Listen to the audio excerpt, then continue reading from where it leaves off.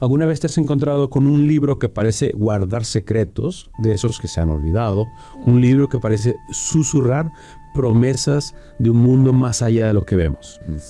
Hoy nos vamos a sumergir en uno, pero no en una obra de ficción, sino en algo igual de fascinante, la magia blanca, tal como la presenta el libro Secreto de Merlín de Alberto Lajas.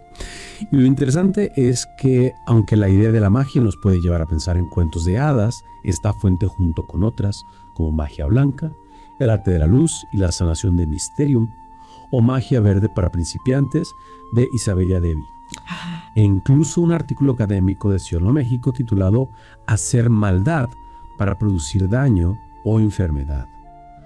Una aproximación fenomenológica a la brujería en una localidad chol nos ofrecen varias perspectivas sobre lo que implica la magia blanca. Desde técnicas prácticas hasta la comprensión cultural de lo que algunos podrían considerar su contraparte más oscura. Es un tema amplio. Sí.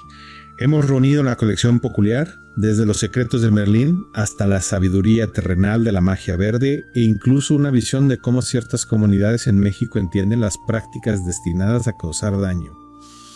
Nuestra misión hoy, querido oyente, es desentrañar los principios y prácticas fundamentales de la magia blanca según se describe en estas fuentes.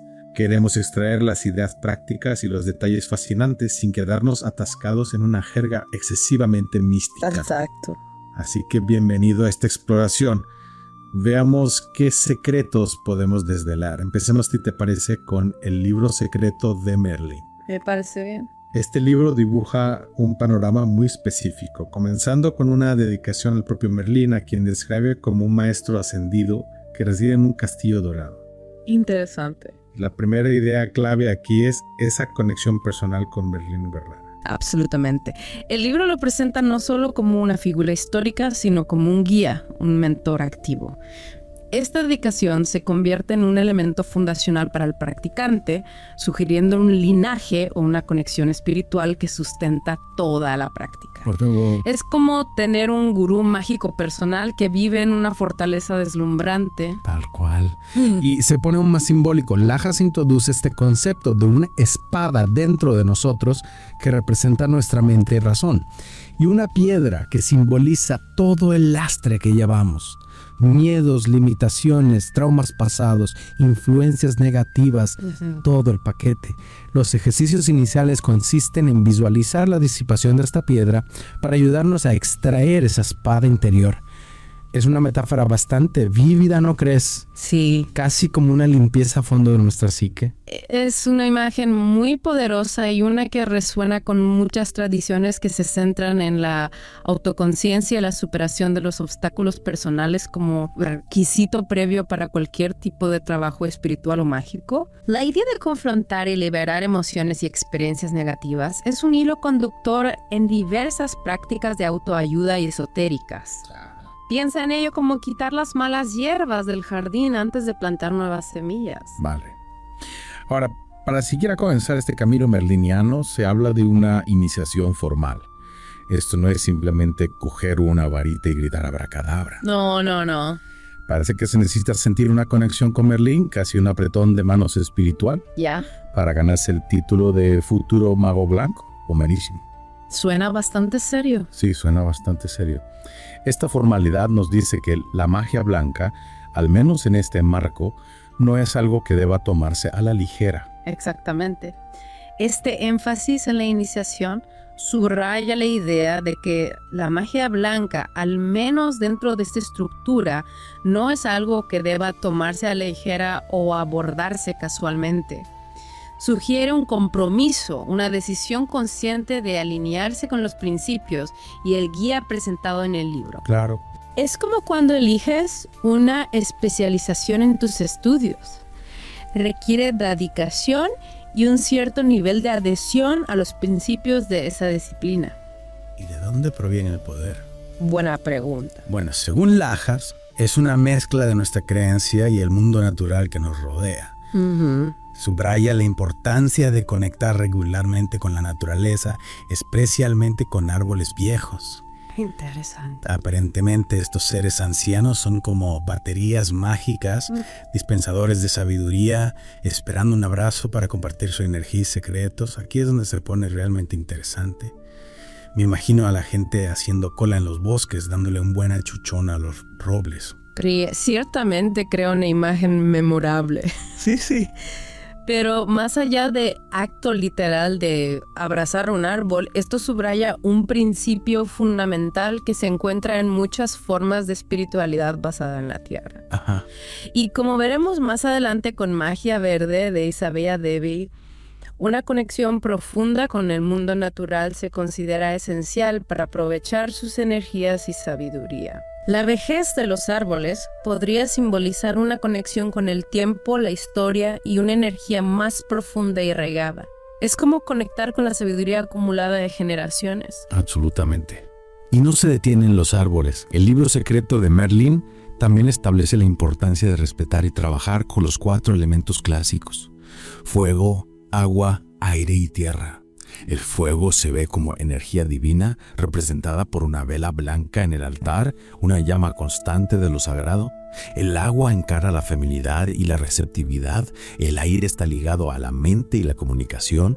Y la tierra proporciona arraigo y estabilidad. Es una visión agradable y holística de las fuerzas en juego. Sí, y esta alineación con los elementos es otro hilo común en muchas tradiciones mágicas y espirituales. Claro. Cada elemento se considera poseedor de cualidades y energías distintas que pueden aprovecharse o trabajarse en diversas prácticas. El altar, como espacio de trabajo central, se convierte en un microcosmos donde estos elementos se unen. Es como tener los ingredientes esenciales para una receta mágica. Ahora, esto siguiente me sorprendió. El libro habla de un animal tótem basado en tu fecha de nacimiento que aparentemente influye en tus rasgos de personalidad.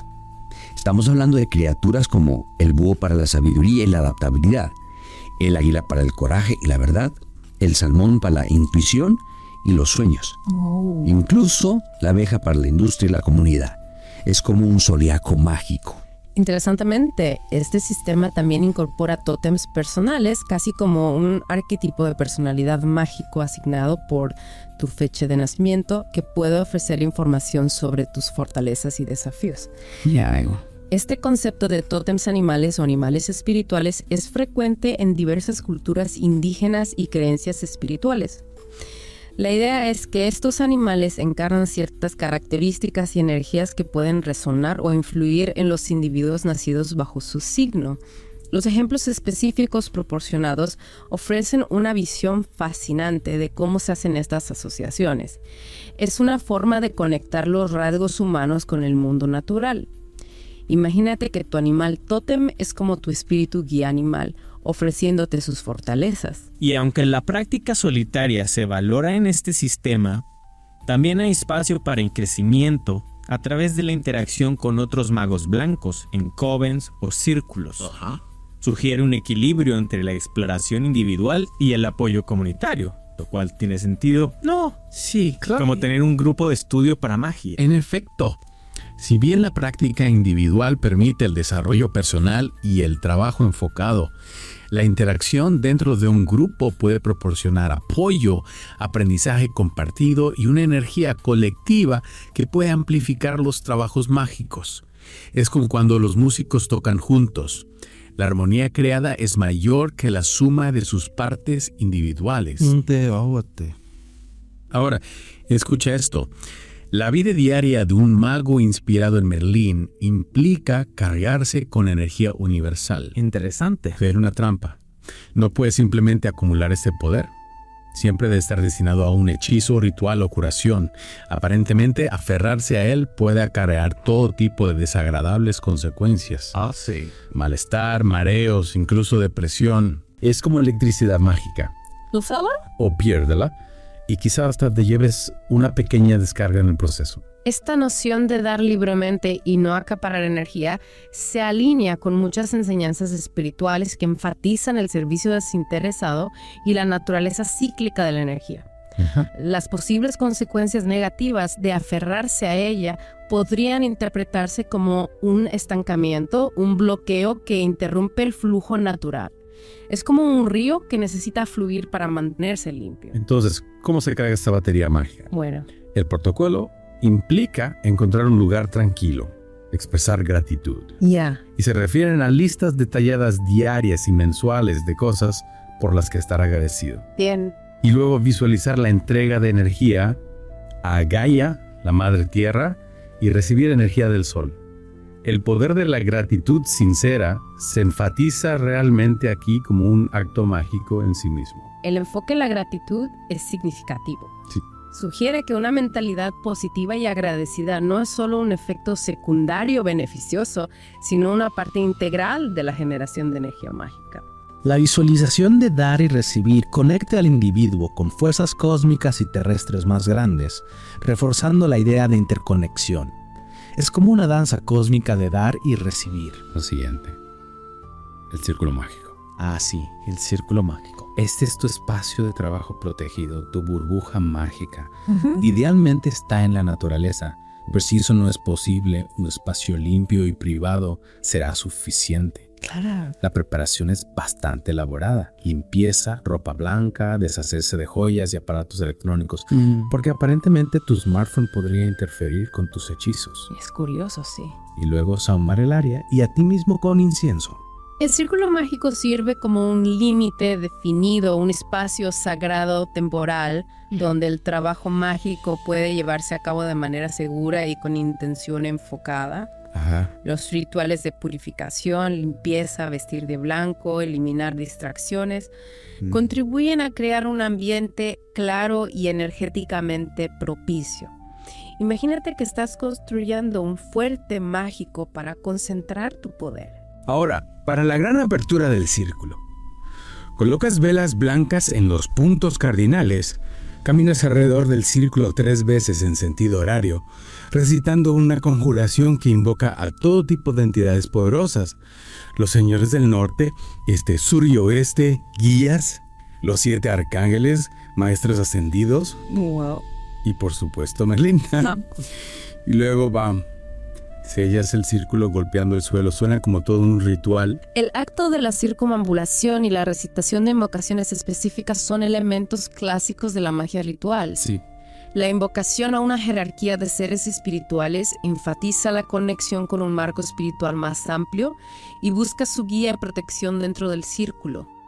El sellado del círculo significa la finalización de su creación y su preparación para el trabajo mágico. Es como llamar a tus aliados antes de una misión importante. Y por si eso no fuera suficiente, hasta obtienes un nombre mágico. Oh. Esto no es simplemente elegir algo que suene genial, se basa en la numerología derivada de tu fecha de nacimiento.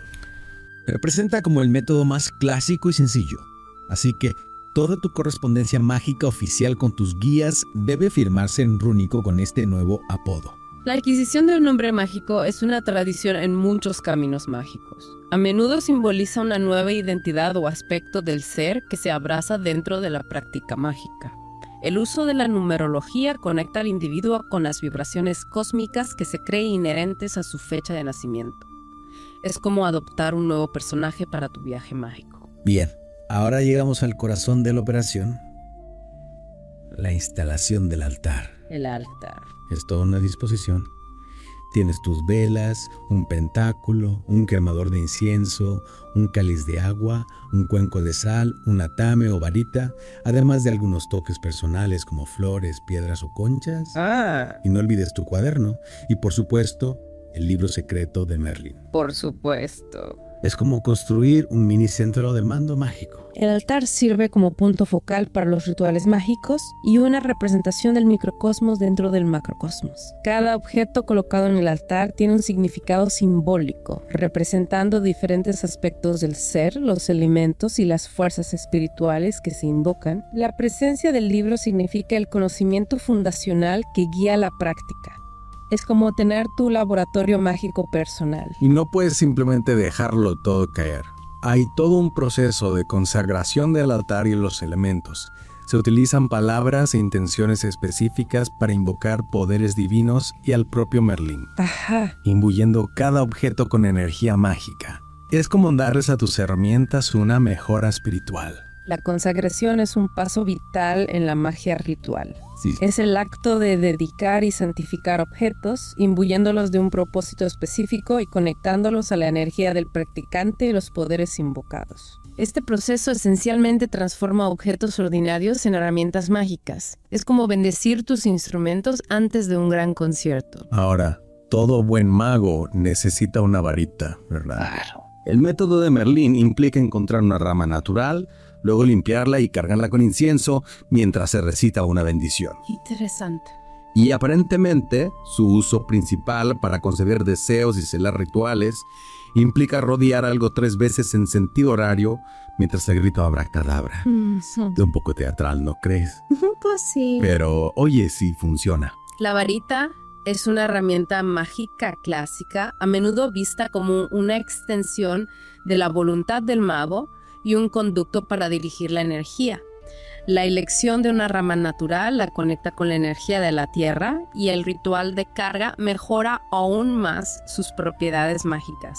El uso de abracadabra es una palabra mágica conocida, aunque quizás menos comprendida, que significa el efecto deseado. Es como el movimiento final y la palabra clave de un hechizo. Luego llegamos al tetragramaton. Ajá. Un símbolo protector súper poderoso que todo mago debería llevar y mantener en su altar. Yeah. Se presenta como un escudo contra todo mal. Aprendemos que literalmente se traduce como llave, Jehová. El nombre sagrado de Dios. E incluso tenemos un desglose de sus letras hebreas y sus significados. Interesante. Está cargado de simbolismo, representando sabiduría, protección, los elementos y la naturaleza cíclica de la existencia. El tetragramatón tiene un profundo significado en la mística judía y la cábala hermética, tradiciones que han influido mucho en el esoterismo occidental. Su asociación con el nombre divino y su compleja simbología lo convierten en un emblema potente de protección y empoderamiento dentro de estos marcos mágicos. Es como llevar contigo una llave maestra a la protección espiritual. ¿Y qué pasa con el pentagrama? Lajas es muy claro, no es satánico. Señala su uso histórico por Pitágoras como símbolo de salud y por los caballeros cristianos medievales. Para los magos blancos representa los 5 elementos, con el punto superior siendo el espíritu. Incluso hay un ritual para consagrar tu pentagrama en un plato blanco con la varita mágica y aceite de oliva, dejándolo durante la noche para que absorba las energías. Es importante aclarar los diversos significados históricos y simbólicos del pentagrama. Si bien ha sido adoptado por algunas tradiciones satánicas, su uso como símbolo de los 5 elementos y emblema protector es anterior a esta asociación. Consagrar el pentagrama lo empodera como un punto focal para las energías elementales y un talismán protector.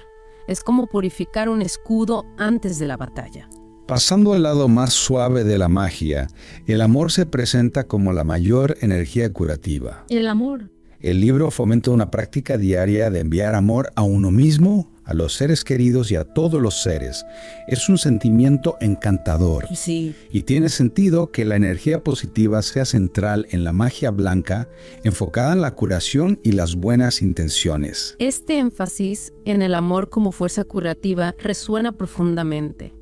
Muchas prácticas espirituales y holísticas reconocen el poder transformador del amor y la compasión, tanto para uno mismo como para los demás.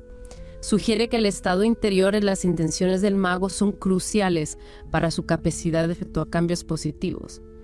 Es como si el amor fuera el ingrediente secreto de toda curación. Los hechizos en sí se definen como decretos positivos para influir en la realidad a nivel mental, emocional y energético.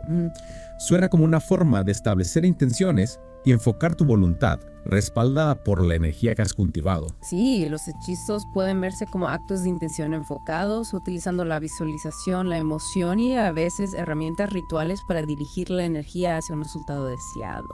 El énfasis en que sean decretos positivos se alinea con las consideraciones éticas a menudo asociadas con la magia blanca. Es como enviar un mensaje claro y positivo al universo. Ahora, para fin de año, hay todo un ritual para dejar ir lo viejo y dar la bienvenida a lo nuevo. Interesante. Implica una limpieza masiva de la casa, utilizando infusión de ruda, incienso y un lavado de vinagre y sal para eliminar las energías negativas. Ajá.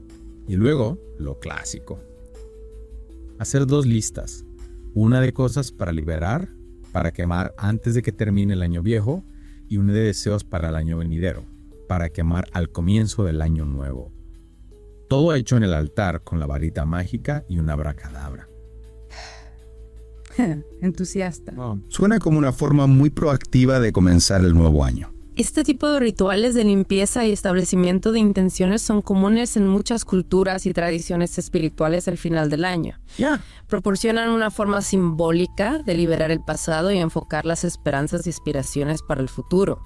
Las herramientas mágicas y los encantamientos añaden una capa de energía enfocada al proceso. Es como hacer borrón y cuenta nueva a nivel mágico. Luego, el libro profundiza en el trabajo con las energías planetarias en diferentes días de la semana para intenciones específicas.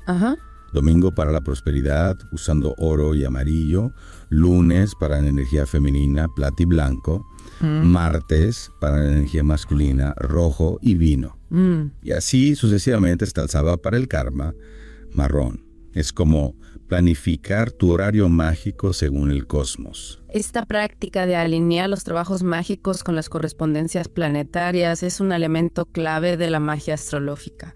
Ya veo. Cada planeta está asociado con energías y dominios específicos, y realizar rituales en los días regidos por esos planetas se cree que mejora su eficacia.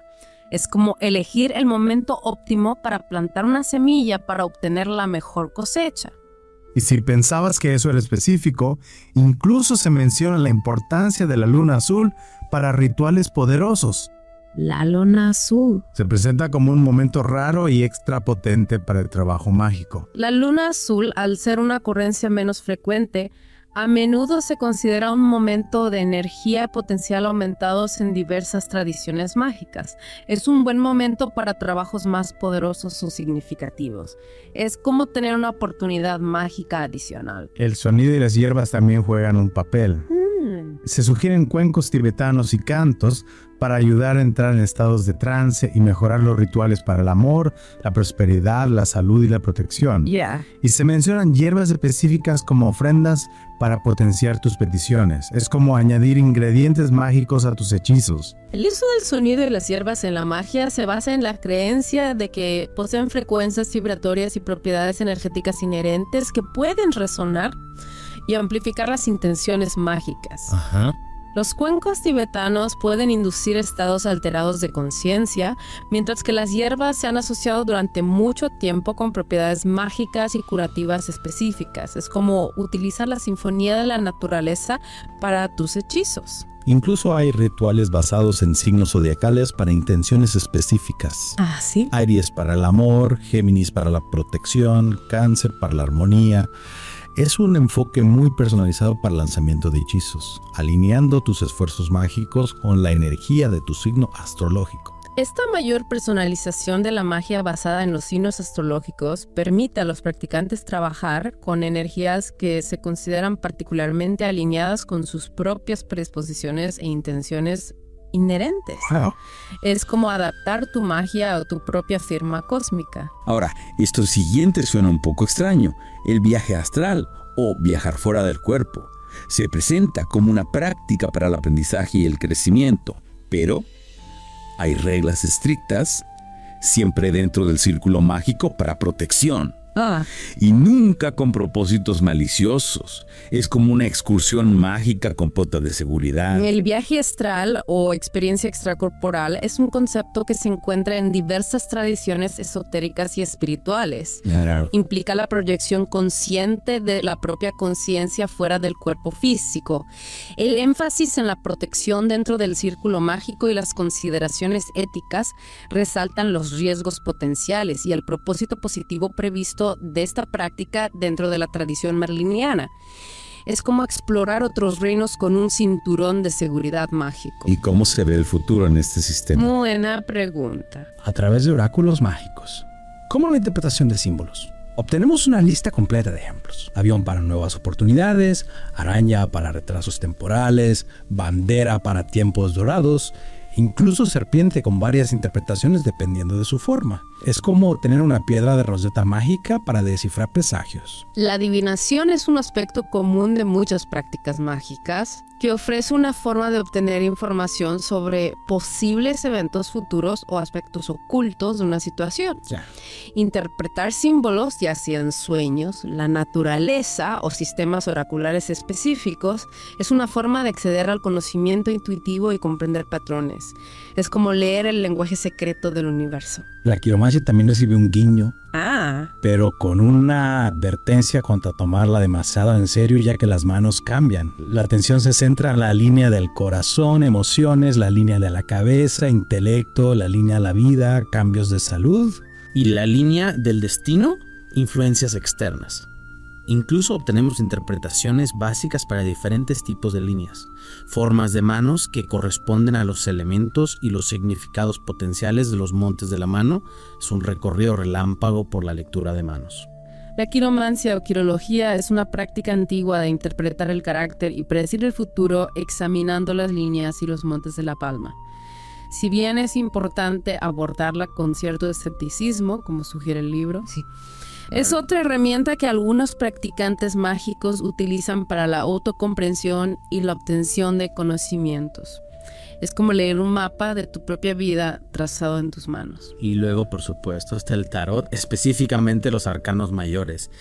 Se sugiere un método de introspección de 22 días, donde sacas una carta diaria y respondes preguntas específicas y profundas relacionadas con cada carta. Como ¿cuál es tu meta en la vida? Para el loco, o ¿cuáles son mis valores y opciones? Para el mago. Es como un desafío de autodescubrimiento de 22 días guiado por el tarot. El uso del tarot para la introspección y la autorreflexión es una forma poderosa de interactuar con su imaginería arquetípica y obtener una comprensión más profunda de la propia psique y las circunstancias de la vida. Las preguntas específicas proporcionadas ofrecen un enfoque estructurado para este proceso. Es como tener un espejo que refleja tu alma. También obtenemos breves significados para algunas de las cartas de los arcanos mayores, como el loco representando nuevos comienzos. El mago para la fuerza de voluntad, la suma sacerdotisa para la intuición. Y los amantes para las elecciones. Además, se introducen tiradas básicas de tarot, como la tirada de 3 cartas, pasado, presente, futuro, y la tirada de la cruz simple, con un fuerte énfasis en la importancia de la intuición al leer las cartas. Parece que el tarot se presenta más como una herramienta para la guía interior que como una estricta adivinación del futuro. Esa es una distinción clave. Esa es una distinción clave. Si bien el tarot se puede utilizar para la adivinación, también se considera ampliamente como una herramienta para la comprensión psicológica que ayuda a iluminar patrones, posibilidades y dinámicas internas. El énfasis en la intuición subraya la naturaleza personal y subjetiva de la interpretación del tarot. Es como sintonizar tu propia señal intuitiva. Y para un enfoque más directo del tarot, el libro sugiere extender los 22 arcanos mayores sobre tu altar y esperar mensajes o visiones, o incluso usar un péndulo sobre las cartas para obtener respuestas. Qué interesante. Hablando de diferentes maneras de conectar con la baraja. Estos métodos alternativos resaltan la flexibilidad dentro de la práctica del tarot y la capacidad del individuo para encontrar formas que resuenen con sus propias habilidades y preferencias intuitivas. Es como encontrar tu propio dialecto dentro del lenguaje del tarot. Ahora, aquí es donde el mago realmente toma el control. Los decretos mágicos. Se trata de declarar tus intenciones en voz alta con energía y autoridad, esencialmente ordenando la realidad, siempre y cuando no daña a nadie ni interfiera con el libre albedrío. Obtenemos ejemplos para la salud, la paz y el valor. Y la práctica consiste en escribir, leer en voz alta y quemar los decretos, siempre terminando con «Esto está hecho, amén y 3 gracias». Es como enviar un poderoso memorándum mágico al universo. Los decretos mágicos son una afirmación de la voluntad e intención del mago. El acto de hablar en voz alta, escribir y quemar el decreto es una forma de enfocar la energía y manifestar el resultado deseado. Las expresiones finales refuerzan la gratitud y la creencia en la eficacia del decreto. Es como plantar una semilla de intención con convicción. Para una guía más profunda, el libro secreto de Merlín habla de la canalización con guías de luz, maestros ascendidos, ángeles, seres queridos fallecidos, hecha con amor y respeto. Se presenta como una forma de acceder a una sabiduría y un apoyo superiores. La canalización es una práctica en la que un individuo se permite ser un conducto de información o energía de entidades espirituales. El énfasis en el amor, el respeto y los seres de alta vibración se alinea con los principios de la magia blanca. Es como abrir un canal de comunicación con el reino espiritual. Luego llegamos a los pentáculos, que se describen como talismanes para la protección y la atracción de energías positivas. Aprendemos sobre sus orígenes antiguos y el simbolismo de la cruz como pentáculo. El libro incluso da instrucciones para hacer pentáculos específicos como el pentáculo del sol para la alegría y el éxito, hecho un domingo por la mañana y energizado con oro, y el pentáculo de la luna para la tranquilidad y la protección en los viajes. Es como elaborar tus propios escudos mágicos personalizados. Los talismanes y amuletos se han utilizado para la protección y la atracción de la buena fortuna en muchas culturas durante milenios. Las instrucciones específicas para crear y consagrar estos pentáculos, junto con las correspondencias planetarias y metálicas, los arraigan aún más dentro de las prácticas mágicas tradicionales. Es como crear tus propios imanes para la buena suerte y protectores contra las energías negativas. También se cubre la comprensión de tu aura como un campo energético con un desglose de los 7 chakras. Desde el chakra raíz para el arraigo hasta el chakra corona para la espiritualidad, incluyendo sus colores, alimentos asociados, o la falta de ellos para el corona, consecuencias del desequilibrio y ejercicios para activarlos. Es como un curso intensivo sobre los fundamentos del cuerpo energético. El concepto del aura y los chakras es central para muchos sistemas de curación espiritual y energética orientales. Se cree que comprender y trabajar con estos centros de energía sutil promueve el bienestar físico, emocional y espiritual, lo que a menudo se considera esencial para una práctica mágica eficaz, particularmente la curación. Es como afinar los centros de energía de tu cuerpo para que funcione de manera óptima. Para prepararse para curar a otros, se recomienda un plan de purificación y meditación de 21 días. Esto implica restricciones dietéticas, vegana o baja en grasas, mucha agua e incluso una limpieza con jarabe de arce, semiayuno y por supuesto meditación. Suena como un compromiso serio para poner en orden tu propia energía antes de trabajar con otros. Este énfasis en la purificación y el autocuidado para los sanadores es crucial. Sí. Subraya la idea de que un sistema energético claro y equilibrado es necesario para canalizar eficazmente las energías curativas hacia los demás sin agotarse o transmitir energías negativas. Es como limpiar tus herramientas antes de una tarea delicada. Y finalmente, cuando se trata de curar a otros, obtenemos protocolos para la curación en persona y a distancia. En persona implica que el paciente se acueste, una vela verde y colocar las manos sobre o cerca de chakras específicos. Mientras se visualice energía curativa verde. La curación a distancia utiliza una foto o nombre en papel en el altar con una vela verde y visualización. A menudo se necesitan múltiples sesiones y el estado energético del sanador es primordial. Es un enfoque de curación muy suave y centrado en la energía. Estos protocolos de curación se alinean con prácticas encontradas en modalidades de curación energética, como el Reiki o la sanación pránica, que enfatizan el uso de la intención, la visualización y la canalización de la energía vital para promover la curación en uno mismo y en los demás. Es como enviar una onda de bienestar a través del espacio. El libro incluso establece las cualidades de un mago curandero. Servicio desinteresado, enfoque en las personas sin prejuicios, conciencia de la interconexión, trabajo con energía divina, ser un servidor, aprendizaje continuo, autocontrol y ver a Dios en todo. Es toda una descripción de trabajo espiritual. Estas cualidades resaltan los fundamentos éticos y espirituales de la curación dentro de este marco de magia blanca. Enfatiza que la verdadera curación proviene de un lugar de compasión, humildad y conexión con algo más grande que uno mismo. Es como ser un canal puro para una fuerza curativa superior.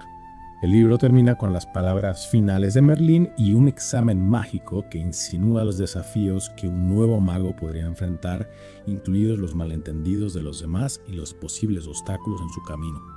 Es un recordatorio de que este no siempre es un camino fácil o universalmente aceptado. Esta sección final proporciona una dosis de realismo, reconociendo las posibles dificultades y percepciones sociales que alguien que se embarca en un camino mágico podría encontrar. Refuerza la idea de que la fuerza interior y el compromiso son necesarios. Es como prepararse para la resistencia que a veces encuentra cualquier camino no convencional. Ahora, antes de terminar con Merlín, echamos un vistazo rápido a algunas de nuestras otras fuentes. Tinet menciona brevemente la magia gris como magia centrada en el trabajo y el dinero, una aplicación más práctica. Quizás menos elevada que los objetivos espirituales de la magia blanca, tal como la presenta Merlín. Esta breve mención de la magia gris resalta el espectro dentro de las prácticas mágicas, sugiriendo que no toda la magia se centra únicamente en la curación o la iluminación espiritual. Algunas tradiciones pueden enfatizar preocupaciones más mundanas.